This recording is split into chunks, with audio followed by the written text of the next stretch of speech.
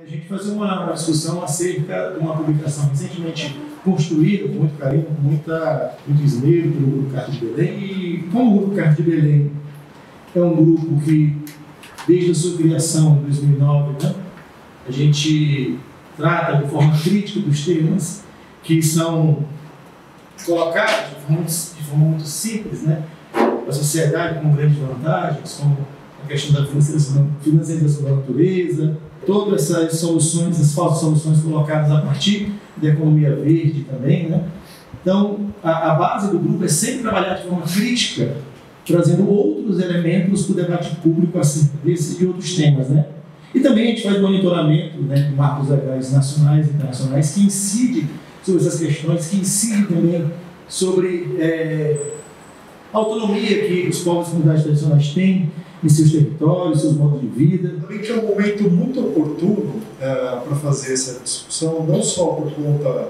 das eleições que acontecem esse ano, mas também porque nas últimas 2 semanas saíram muitas notícias e vários acontecimentos relacionados às políticas de mudanças climáticas e também em questão ao mercado de carbono, aos créditos de carbono. Então, foi divulgado um decreto que cria o mercado de carbono brasileiro. Surgiram algumas críticas de alguns especialistas, em função de ser um texto frágil, um pouco elucidativo, e de fato Ele não especifica, por exemplo, como será individualizada as metas de redução dos setores, e de que maneira esse mercado vai contribuir com os compromissos que o Brasil assumiu no Acordo de Paris. Então, são várias questões que dizem respeito a essa fragilidade do texto, mas para além disso eu queria partir a minha reflexão com uma constatação que pode ser óbvia, mas acho importante frisar que as políticas de mitigação elas se apresentam como uma política de Estado e não como uma política identificada com um determinado governo ou um determinado partido. Então, a despeito de toda a maneira como o governo federal vem conduzindo as políticas de meio ambiente, o negacionismo, a despeito da Comissão de Meio Ambiente, que encaminhou o relatório para a formulação desse decreto, sempre presidida pela deputada Carla Zambelli, a gente vê que já é uma política que está consolidada no Brasil e no mundo, E isso também fica claro nas políticas dos estados. E isso fica muito claro quando a gente analisa o consórcio dos governadores da Amazônia, principalmente com o programa de recuperação verde, o PRV. Então, no caso do agronegócio, a gente observa que os créditos de carbono, eles funcionaram muito como uma alavanca para inovações em diversos setores. E ainda falando sobre o agronegócio, eu também queria destacar dos planos ABC, que são os planos de agricultura de baixo carbono, muito presente nos estados da Amazônia Legal, e também existe o plano ABC Cerrado, que se liga muito com os estados que formam a região do Mato Piba, E é importante a gente analisar que o plano ABC não fica restrito à agricultura. Ele incorpora a pecuária com, por exemplo, atividades de recuperação de pastagens, fixação e estoque de carbono nos pastos. E especificamente sobre isso, a Embrapa Gado de Corte tem um papel central em desenvolver pesquisas de capacidade de armazenamento de carbono nos pastos, e também criou uma espécie de marca-conceito com a chamada carne carbono neutro, que é uma metodologia de metrificação para auditar uma suposta compensação das emissões da pecuária que são compensadas pelo carbono fixado nos pastos. Como essas atividades se relacionam com a questão fundiária e com as disputas territoriais.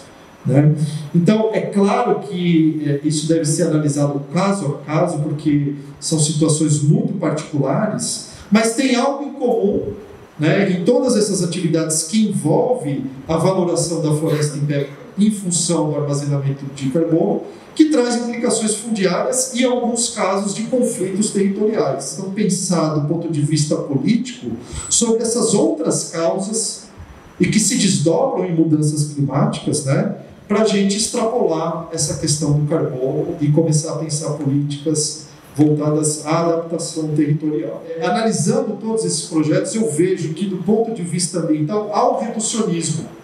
Então, não basta ser carbono neutro para ter uma prática ambiental responsável. Tratar de um pouquinho de uma outra perspectiva, né? Não dessa linguagem mais própria das políticas de mudança climática, mais tradicional, falar em mitigação, adaptação, os instrumentos próprios do regime climático internacional, mas uma parte que ficou a meu cargo e também do colega no mapeamento era olhar as iniciativas do setor corporativo e como isso aparece e vem sendo institucionalizado no nosso país. E o que seriam essas finanças verdes, né? Enquanto uma agenda política que vem de fora do país e que tem como propósito justamente fazer um esverdeamento do sistema financeiro, para que a gente possa, o argumento vai de que tem uma lacuna de financiamento para atingir os objetivos do Acordo de Paris e também dos ODS. Então seria preciso a gente trazer o sistema financeiro, um capital privado, para que ele preenchesse essa lacuna, porque só o orçamento público não seria suficiente.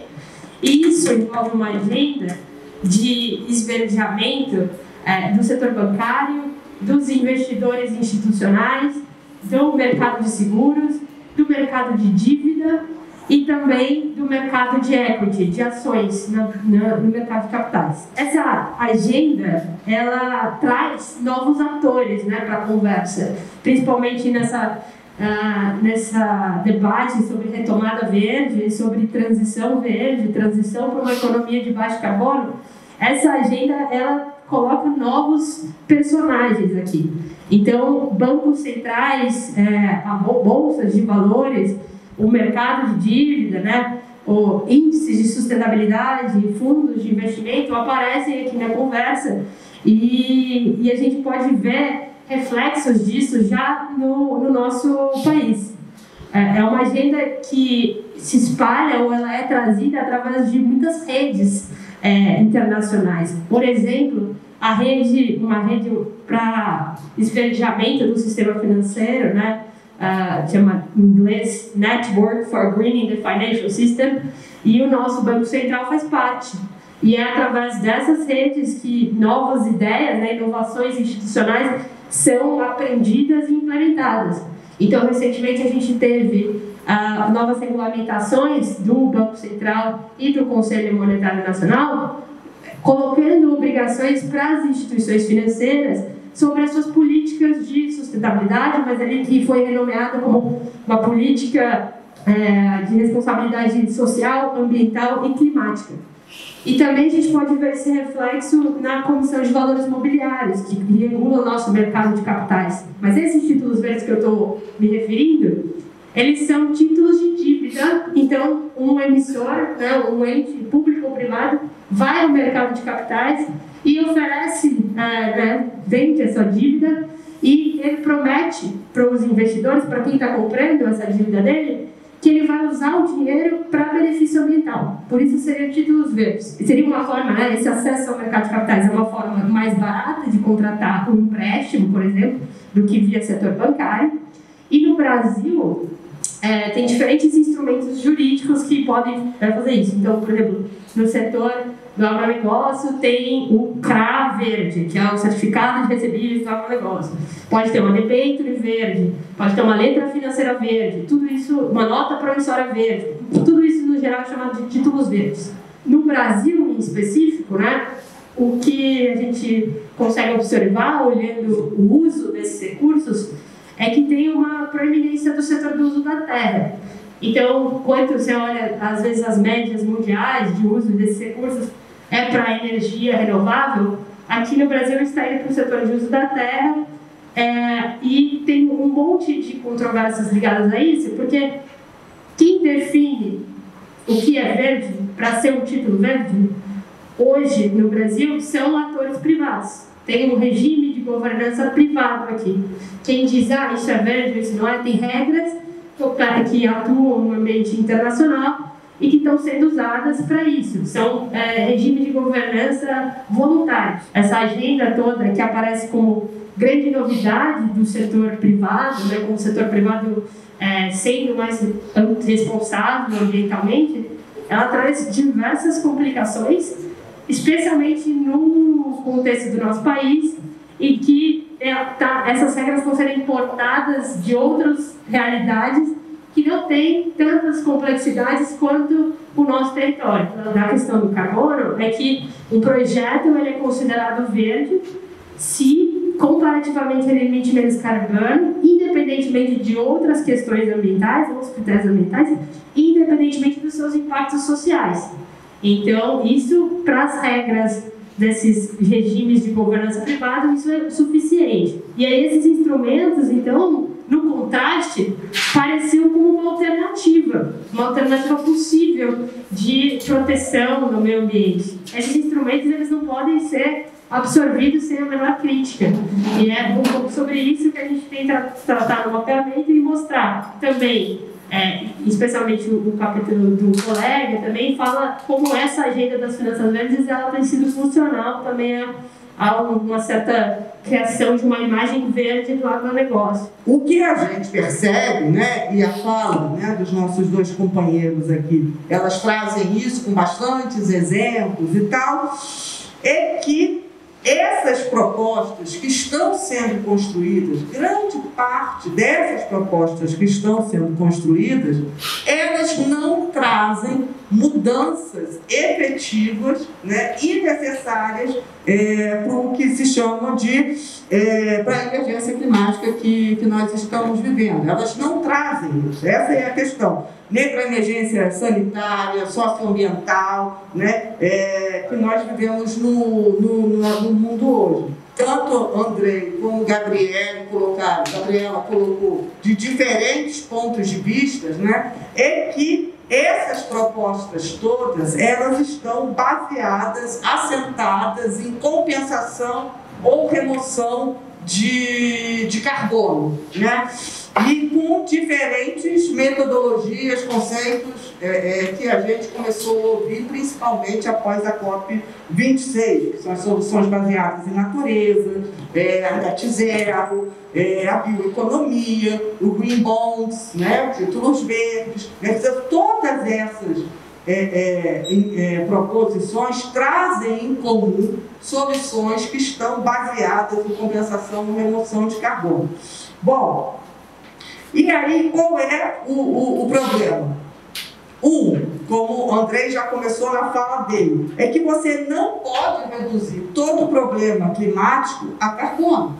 Né? Nós estamos falando de ecossistemas complexos, meio ambiente, nós estamos falando de solo, de água, de biodiversidade, né? Quer dizer, então você não pode tirar apenas um elemento desse sistema, né? E você vai ter resolvido a questão, né? Depois, outro ponto que já foi citado aqui, e a Ludinha ela vai nos trazer elementos sobre isso, são os impactos dessas medidas sobre os territórios.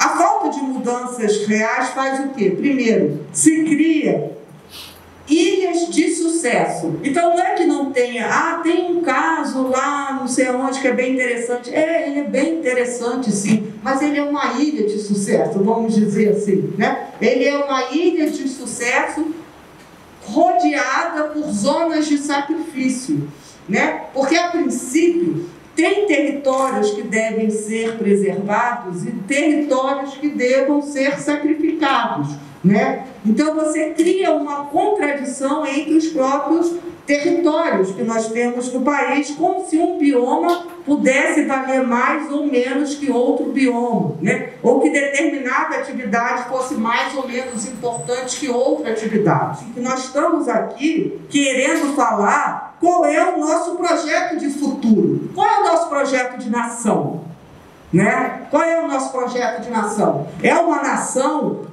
onde a gente vai ampliar ainda mais a financiarização, né? Qual é o futuro dessa nossa economia? O nosso destino é cada vez mais continuar fornecedores, né? de matérias-primas, de commodities. Nós vivemos lá no nosso território, né? E para nós, assim, ter acesso à biodiversidade local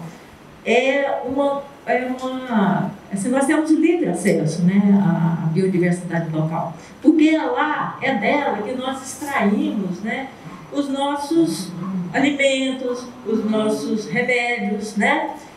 E de repente, né, ultimamente, a gente vem nos deparando, né, com determinadas leis, projetos, né, que chegam em nosso território desrespeitando a nossa existência ali, porque afinal de contas são as comunidades tradicionais, os povos tradicionais que conservam aquilo ali, né, onde há mais biodiversidade, onde há mais floresta, onde há mais cerrado em pé, é justamente onde nós estamos, porque a gente faz o uso sustentável, né, a gente sabe conservar. Agora tem uma lei, a tal lei da biodiversidade, que chegou em nossos territórios, dando com interesse econômico sobre o nosso conhecimento, né?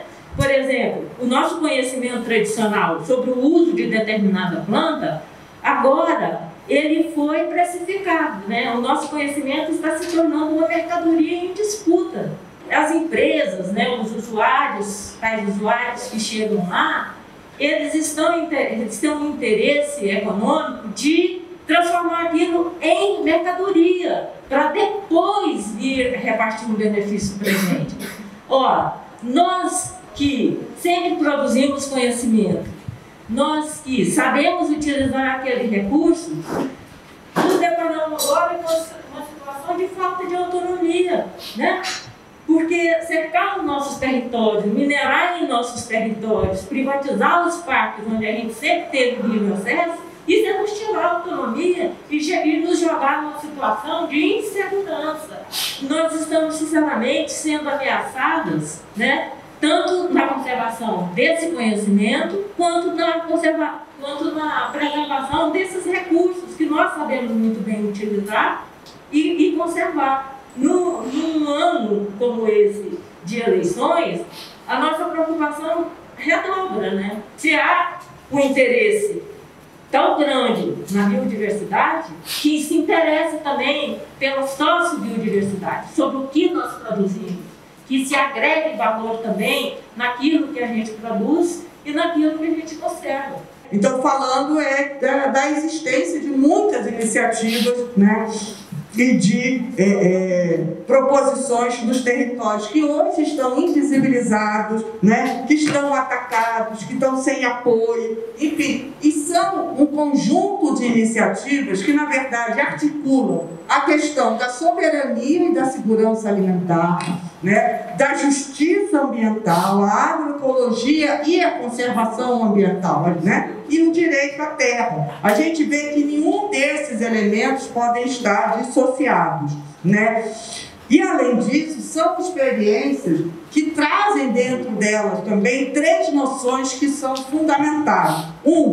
A noção da distribuição. Então, sem distribuição, sem descentralização e sem diversificação, né, nós não poderemos pensar, né, num futuro, né, em conservação ambiental, sem distribuição de renda, sem distribuição de terra, sem descentralização da comercialização, sem diversificação da produção. E, por outro lado, também a gente entende que não tem como falar de sustentabilidade ou de conservação ambiental diante do atual nível de desigualdade que existe em nosso país. Quer dizer, a gente não vai alcançar o equilíbrio ambiental sem superar a nossa desigualdade. Em função disso, nós trouxemos algumas propostas, tá? Dentro aqui também desse nosso baseado nessas concepções, acompanhando essas experiências e essas proposições nos territórios, né? Sendo que a primeira proposta que a gente entende é a questão da garantia do direito à terra e o território, a demarcação de terras indígenas, é a titulação de áreas quilombolas, é a reforma agrária. A gente entende que essa é a primeira proposta para a redução, né, e o combate às mudanças climáticas. Isso precisa ser entendido como uma proposta prioritária, né? A outra coisa que a gente entende é a revogação da boiada, ou seja, será necessário pensarmos em vários revogados. Acho que a gente não colocou aqui, mas um deles é o próprio teto do gasto, né, a PEC 95. Mas além da PEC 95, o programa Adote um Parque, o programa de concessão de parques naturais, que está dentro do programa de privatização dentro do BNDES. Outro ponto que a gente entende como fundamental é a questão da garantia da participação social, que a gente possa voltar a ter espaços de governança, de controle social e participação fortalecidos, né? E efetivos, a garantia dos modos de vida, que foi aquilo que eu falei anteriormente, que é o fortalecimento de iniciativas agroecológicas, de conservação, de soberania e segurança alimentar, de encurtamentos dos circuitos curtos, de construção social de mercados.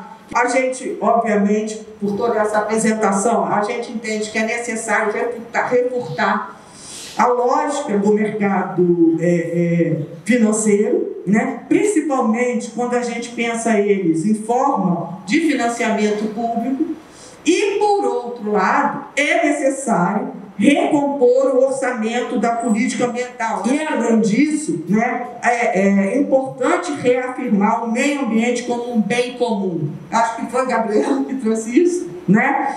Que é garantir que essas funções sistêmicas não possam ser aprovadas, isso a Lindinha também traz na sua fala, né, privadamente, né, e alienadas como qualquer outra mercadoria, como está previsto no artigo 225 da Constituição Federal, né? Mas elas é preciso reafirmar o regime de bens comuns. E, por último, que tem a ver com a nossa proposição sobre a revogação da boiada, que é a rejeição das privatizações verdes, né? Ou seja, a retomada verde não pode servir de justificativa para ampliar ainda mais o processo de privatização das estruturas produtivas que estamos vivendo no país, né? Seja das nossas estatais, seja dos nossos parques.